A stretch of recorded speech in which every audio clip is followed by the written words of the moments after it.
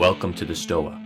The Stoa is a digital campfire where we cohere and dialogue about what matters most at the knife's edge of what's happening now.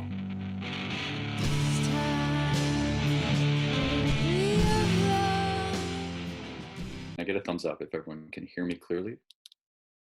Cool. So I'm just going to share my screen here. Can you guys see this? All right. So in an effort to not bury the lead, what I want to talk to you guys tonight about is this concept of a digital gang, something to help people maintain their sovereignty and respond appropriately to the meta crisis. If you've been following along with this discussion, if you've been listening to anything from Jordan Hall, or if you've been attending some of these sessions at the Stoa, you may have had this feeling of, okay, great, there seems to be a lot that I can do right now. Where do I start? And if you're like me, then maybe you've been feeling a little bit overwhelmed. Maybe you've had some false starts.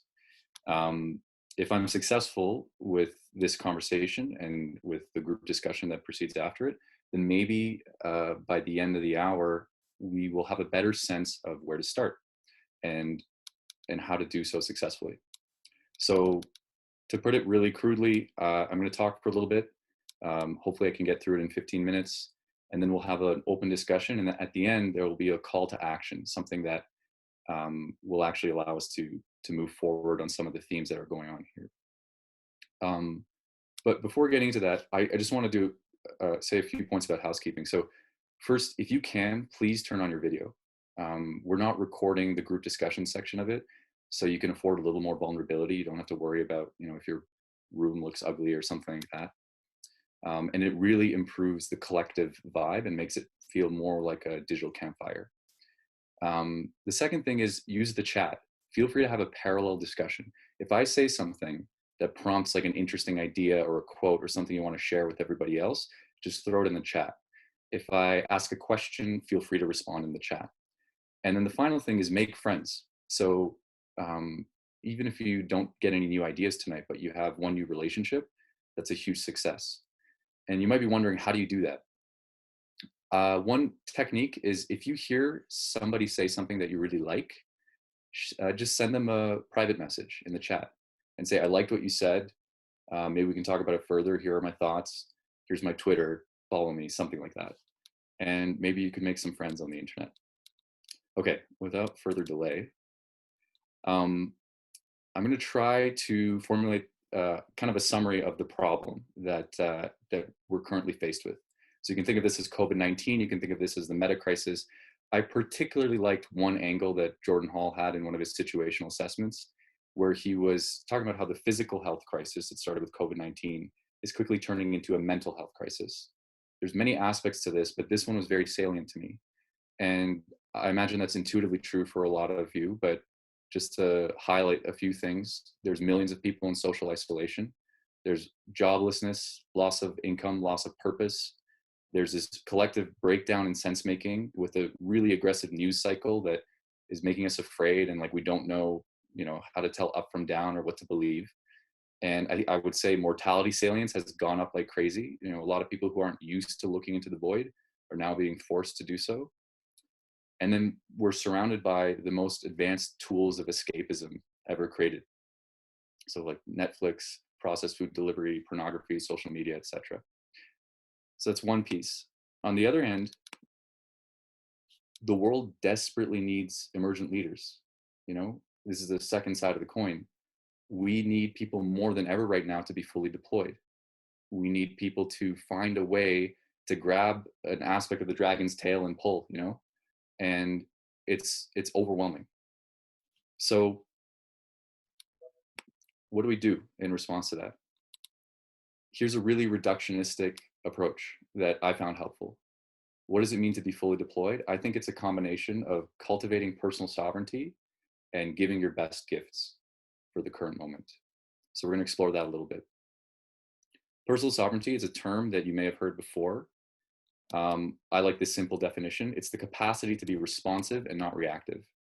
An example of a lack of sovereignty that we might all relate to is if you have an argument with a loved one and they say something that is otherwise benign, but for whatever reason you get really, your nervous system gets activated and you find yourself yelling at them or something like that, you're reacting there.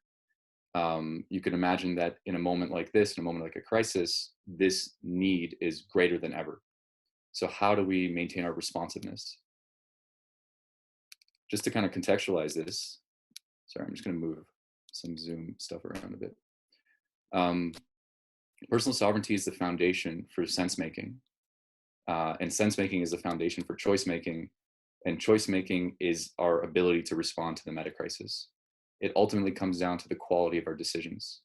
And so if we're not in a position of sovereignty, then our decisions are going to suffer and our response to the meta crisis is going to suffer. And we all know the stakes are incredibly high.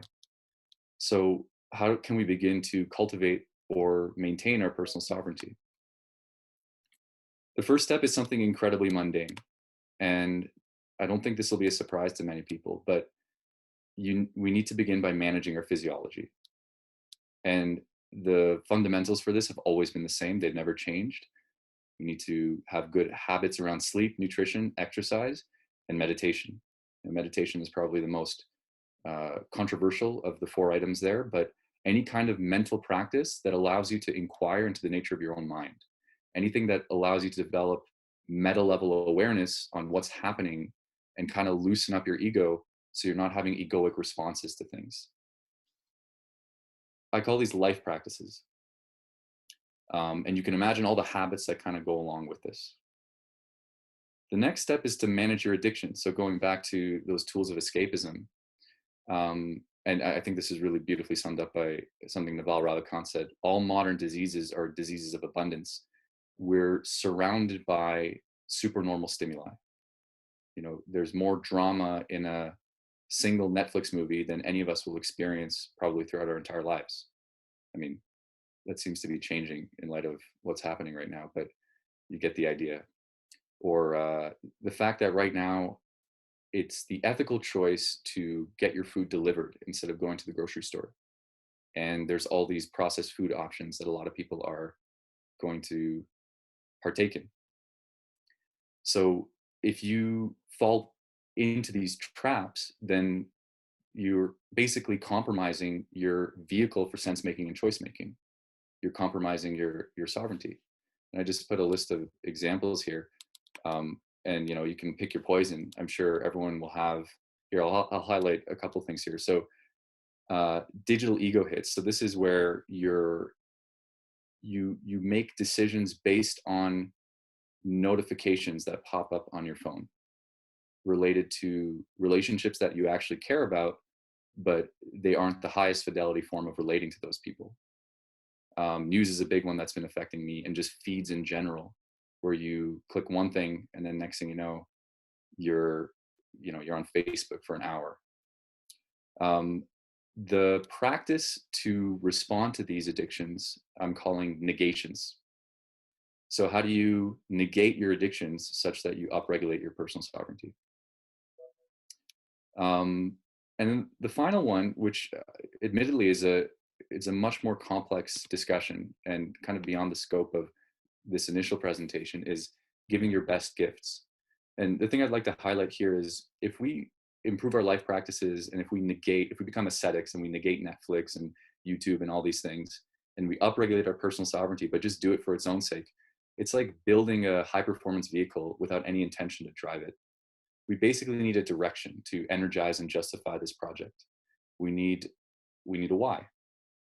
And I think what's interesting about right now is that all those big, like, open-ended capital P questions about purpose are being forced into something a lot more urgent.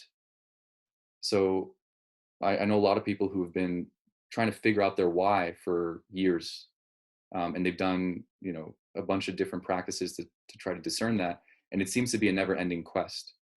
We can't really afford that right now. We need to find something, a provisional purpose, something that our environment immediately demands of us, and find a way that we can bring our puzzle piece to fit to that. And so that's another element. That's, I would say, what personal sovereignty is in service of, and that's our best attempt to respond to the meta crisis. So if I were to tie all of this together in a problem statement, I'd say, how might we cultivate or maintain personal sovereignty and manage our addictions in the face of the current pandemic? Beyond this, how can we equip ourselves to best respond to the immediate needs around us? How do we bring ourselves to a sustainable state where we are primed and ready to give our best gifts for the current moment? That is the problem that we're trying to solve. And my hypothesis is that the best way to do this, especially in a time of social isolation, is through digital mastermind groups. These are digital gangs that basically people you can connect with online that care if you show up or not. So it's not just you alone in your room trying to meditate every morning, trying to go to bed on time. There are people that actually care about your performance here. There are people that care that you are giving your best gifts. There are people that are challenging you towards sovereignty. In order to give you a sense of the power of this, I want to kind of give you a little visualization exercise. Um, these are two famous Navy SEALs. And I just want you to imagine, you can close your eyes if you want. Imagine one of the habits that you've had the greatest difficulty breaking or making. So whatever's more salient to you. Like let's say you eat too many carbohydrates and you've always tried to quit sugar. Or let's say you've always tried to go to the gym daily, but it's been years that you've known what to do and you still haven't done it. Just identify one of those and just pay attention to any sense of frustration that you have with how long it's been that you've known what to do, but you've had difficulty implementing the actions. Now, I want you to imagine all of a sudden that your roommates are Navy SEALs and you still have the same habit, the same challenge, but you're now living with Jocko Willink and David Goggins. And they wake up at 5 every morning and they work out immediately after waking up. They take cold showers, they meditate daily. They are completely on top of their shit and they're always performing. How do you feel about that habit? Does it feel a little bit easier? Now, my sense is that if you're like most people, even that visualization kind of gives you a clue that there's something about relationships that's key to personal sovereignty. And that's what we're gesturing towards with this mastermind group. Perhaps we've made a mistake in thinking that we can do this alone. Perhaps we need to be surrounded by people with standards of excellence, people that can push us. So to close this up, I want to present a prototype for what this could look like. And this is based on personal experiences that I've had running mastermind groups in person with people who live in the same city as me, and with people who live in different time zones, people who live, at other ends of the globe. And basically, these will be 3-week sprints where you have a dedicated period of time where you're focused on cultivating personal sovereignty or giving your best gifts. They're 3 weeks because they're long enough to be challenging and impactful, but not too long to lose motivation. Another hypothesis is that 3 members per group is best. So in my mind, this is the maximum amount of accountability with the minimal amount of risk. Each additional member starts to increase the odds that somebody might drop the ball, and that starts to take the wind out of everybody's sails. And then you start with 3 commitments. So going back to what we were talking about before, there's a life practice, there's a negation, and there's a gift. So just to give you an example, life practice could be you're meditating every day. Negation could be you're quitting YouTube for the 3-week sprint.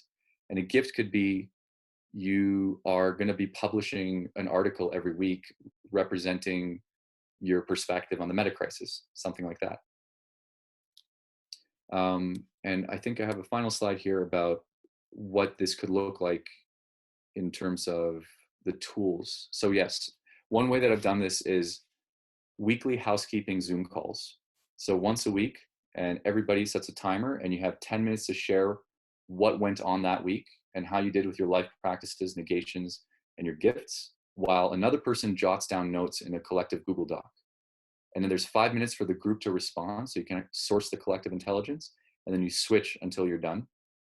There's also a WhatsApp group where everybody can quickly talk to each other or share their struggles throughout the week. And then there's some form of commitment tracking. So I've had experience with using Google Sheets or Airtable to keep tabs on all those habits that you're trying to cultivate. This is an MVP. This might work for some people and it might be terrible for others. It might be too structured. It might be not structured enough. But my idea here is to kind of throw this out at the group, and we can now switch to kind of a group discussion, and I can get some reactions, and maybe people can share some of their personal experiences. And at the end, we can talk about what it might be like to actually sign up to do something like this in the next 3 weeks. So with that, I'll switch it over to Peter.